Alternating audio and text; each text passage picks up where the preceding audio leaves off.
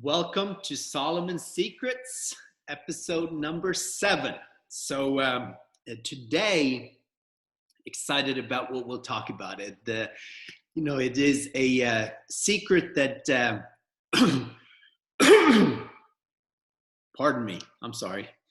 So it's a secret that, I think is so powerful. It's the power of your words, power of the lips, the tongue, what we speak. And there is a lot inside of Solomon's Secrets that talks about the power of our words, the power of what we say. So we'll chat a little bit about that, kind of flip back and forth a little bit and dig out some of these phenomenal secrets. It says, listen, for I will speak of excellent things, and from the opening of my lips come right things. So right there off the bat, we have a choice. What do we speak? What do we say? How do we, what do we choose to come out of our mouths, right? It says it also says, righteous lips are the delight of kings, and they love him who speak what is right. It's interesting. The other day we saw, do you see a man diligent in his work? He'll stand before kings and not mere men, right?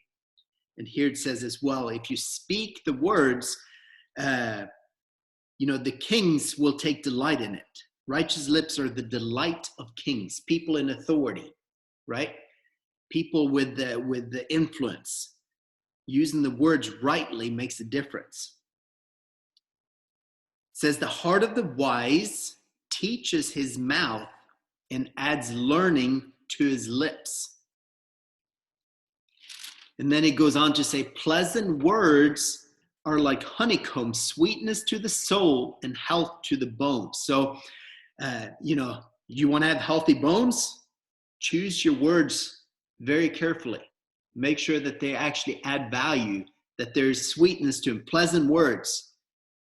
Think about that when we speak to our spouses and our children. What kind of words do we choose? Do we choose pleasant words, or do we choose harsh words?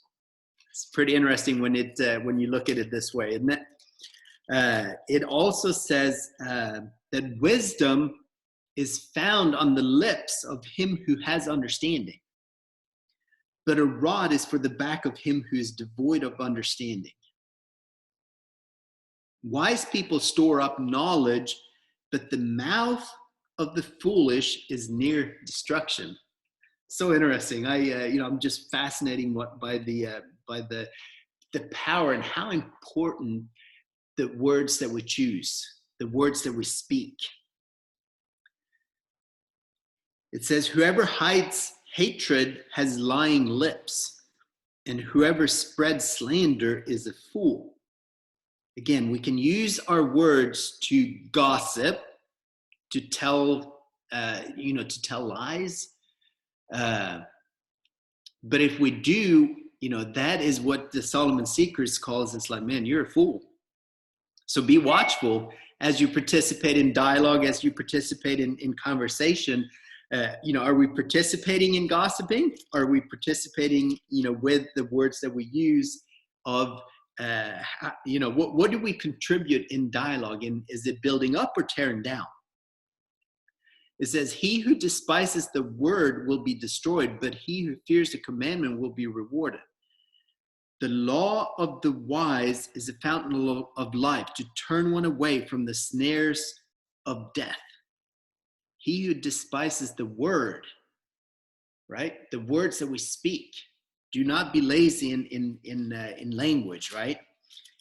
I always remember Jim Rohn talking a lot about, don't be lazy in language. It costs too much, is what he used to say. In the mouth of the fool is a rod of pride, but the lips of the wise preserve them. Super, super interesting. 51, it says, a soft answer turns away wrath, but a harsh word stirs up anger. The tongue of the wise uses knowledge rightly, but the mouth of the fools pours forth foolishness. think we all can relate, we all can recognize, and or as we become aware of the power of our words, it's really interesting when you, like I said, when you become aware and you start listening to people, what are words that come out?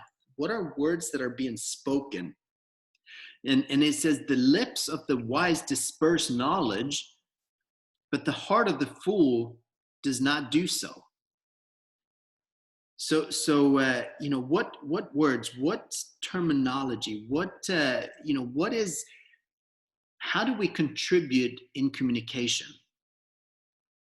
So, I mean, it's crucial. It's crucial. It says that a man has joy by the answer of his mouth, and a word spoken in due season, how good it is. How many of you guys can relate and think of scenarios and times when you heard, when a word was spoken, when a word was given, when in a conversation where you felt uplifted, when you felt that it's like it was actually made a difference, it soothed the soul, right? And a man has joy by the answer of his mouth, and a word spoken in due season, how good it is. What a tremendous secret. What a tremendous secret to keep in mind as we have a choice with the words that we speak. Just really, really fascinating to dive deep in and see what the Solomon Secrets has to say about what the words that we speak. It says, excellent speech is not becoming to a fool, much less lying lips to a prince. Again, being very, very watchful in what we speak. He who has knowledge spares his words, and a man of understanding is of a calm spirit.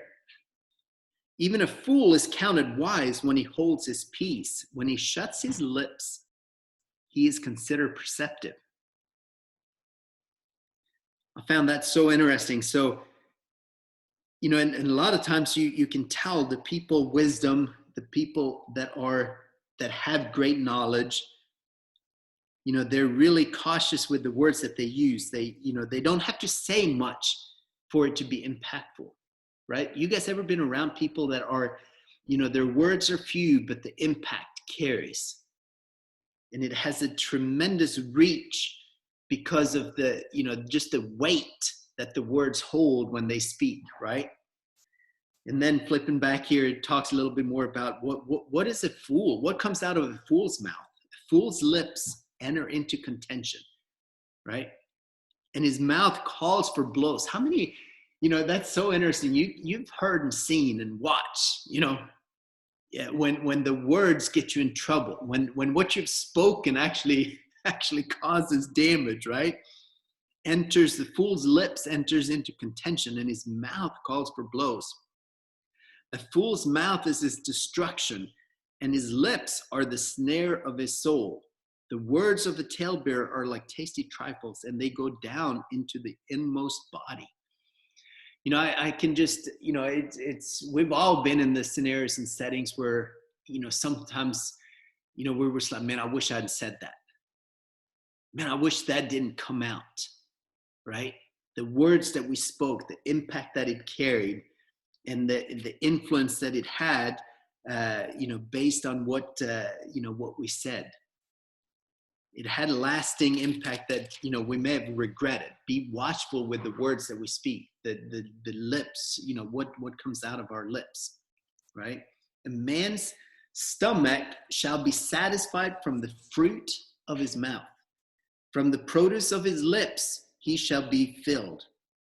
And here's probably one of my favorite ones that Solomon Secrets has. And I think, we really, sometimes we don't take this one to heart, right?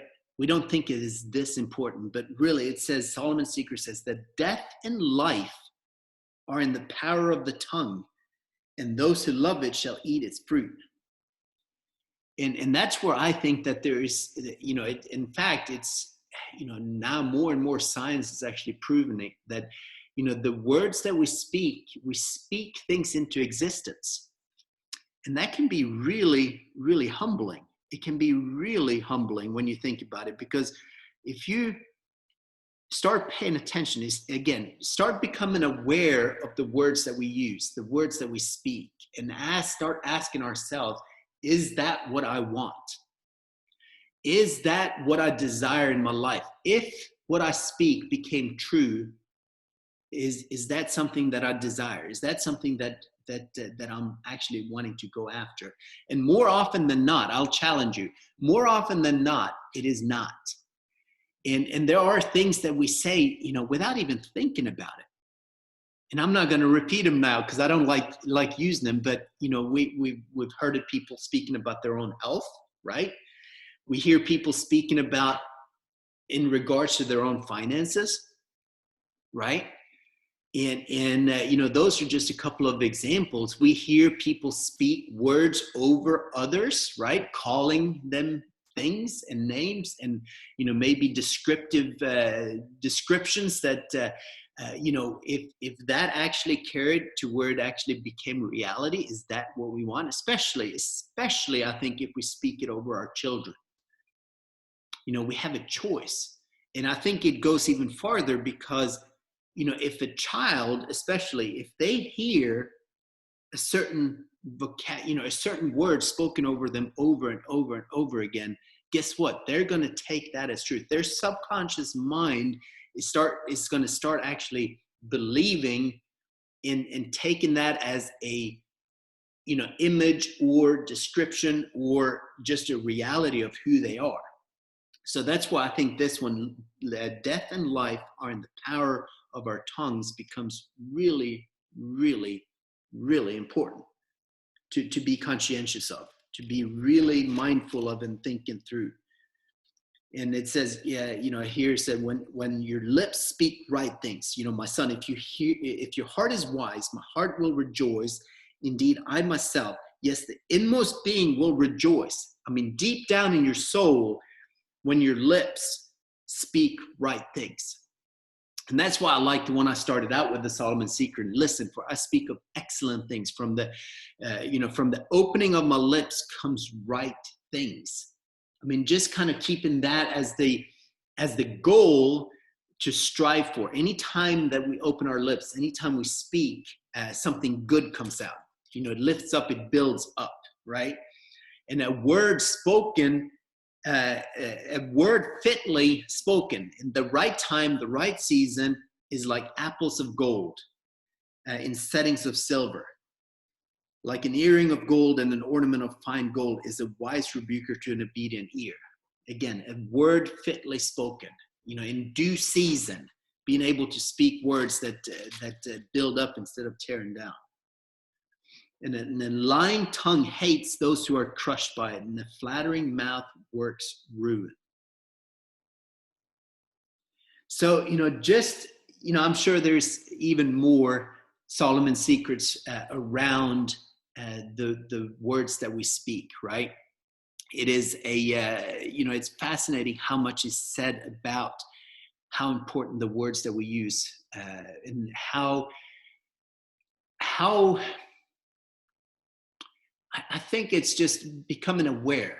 I think it is really becoming aware of what that means and start thinking and start keeping in mind, do we tear down or do we build up? Do we speak goodness and life or do we speak death, right? And so hopefully you got some value. Hopefully this resonated. Hopefully maybe it causes you to, possibly even go back and pick up the Solomon Secrets and dig a little deeper. Just kind of make it a study and see what are the words, how much value, how much truth is there in the power of our words. So look forward to chatting more. Glad you joined us, and can't wait to chat and visit a little bit more tomorrow. See you guys.